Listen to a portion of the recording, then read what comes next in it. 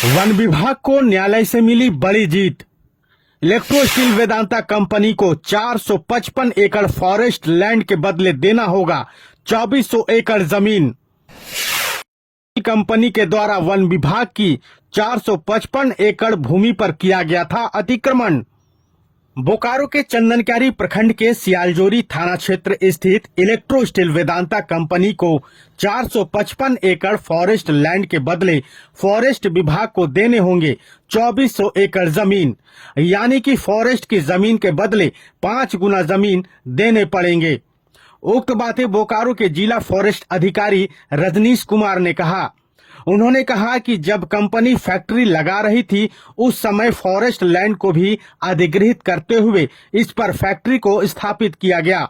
ऐसे में फॉरेस्ट विभाग के द्वारा बार बार नोटिस भेजा गया और मामला न्यायालय में चला। लंबी लड़ाई के बाद आखिरकार फॉरेस्ट विभाग को न्यायालय से जीत मिली और फॉरेस्ट की जमीन का रास्ता साफ हो गया। उन्होंने कहा कि बोकारो जिले में जो भी फॉरेस्ट लैंड है उसको जल्द ही खाली करवाया जाएगा। कंपनी के द्वारा जो फॉरेस्ट की जमीन अधिग्रहित किया गया है उसको जमीन के बदले 5 गुना जमीन फॉरेस्ट विभाग को देना होगा। साथ ही ऐसे लोग जो फॉरेस्ट की जमीन पर बैठे हुए हैं उसे खाली करना होगा। बताते चले कि कंपनी के पास करीब 2200 एकड़ जमीन है और वेदांता कंपनी के द्वारा साल 2018 में इलेक्ट्रो स्टील प्लांट को खरीदा था। बोकारो के फॉरेस्ट अधिकारी ने कहा कि फॉरेस्ट की जमीन जहां जहां भी है फॉरेस्ट विभाग के द्वारा वैसे जमीनों को चिन्हित किया जा रहा है। जो आपने अभी कोर्ट का ऑर्डर देखा वो इलेक्ट्रो स्टील जो कंपनी चंदनकारी में थी उनके द्वारा जो वन भूमि का अतिक्रमण किया गया था उसी केस के सिलसिले से है। तो माननीय उच्च न्यायालय का जो आदेश की प्रति है आप उसमें से वो हिस्सा देख सकते हैं कि कैसे वन भूमि को अतिक्रमित किया गया। उसमें से दोनों टाइप के लैंड थे, रेवेन्यू फॉरेस्ट भी थे और नोटिफाइड फॉरेस्ट जो फॉरेस्ट डिपार्टमेंट का होता है वो भी थे। तो बहुत सारे फोर्सफुल तरीके से, बहुत ही अवैध तरीके से जो हरी भरी जंगल की भूमि थी उसको जमींदोज करके वहां पर फैक्ट्री का स्थापना किया गया था। उसमें सिर्फ अन्य इन्वायरमेंटल लॉज नहीं, फॉरेस्ट के जो फॉरेस्ट कंजर्वेशन एक्ट है, इंडियन फॉरेस्ट एक्ट है, उनका वायलेशन किया गया था।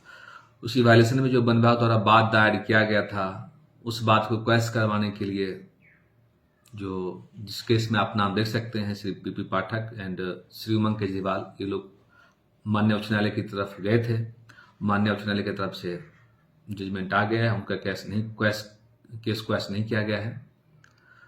तो यह एक मैसेज है कि जो भी वन भूमि का अतिक्रमण करते हैं आज न कल उनको लॉ फेस करना पड़ेगा, आज न कल उनको न्याय आएगा।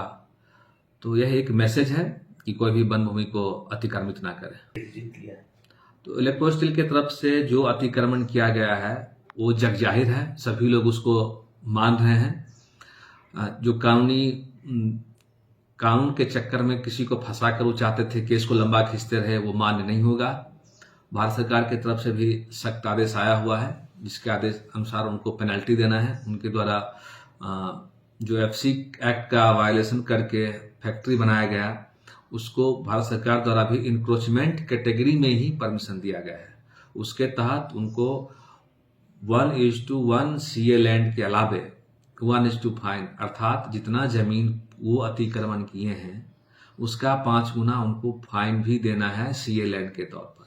तो कुल कितना होता है? वह लगभग 455 एकड़ फॉरेस्ट एरिया है जिसमें जंगल झाड़ी और फॉरेस्ट लैंड दोनों शामिल हैं। उसका 6 गुना लगभग 2400 एकड़ आसपास उनको गैर वन भूमि फॉरेस्ट डिपार्टमेंट को क्षतिपूर्व वन रोपण के लिए देना है।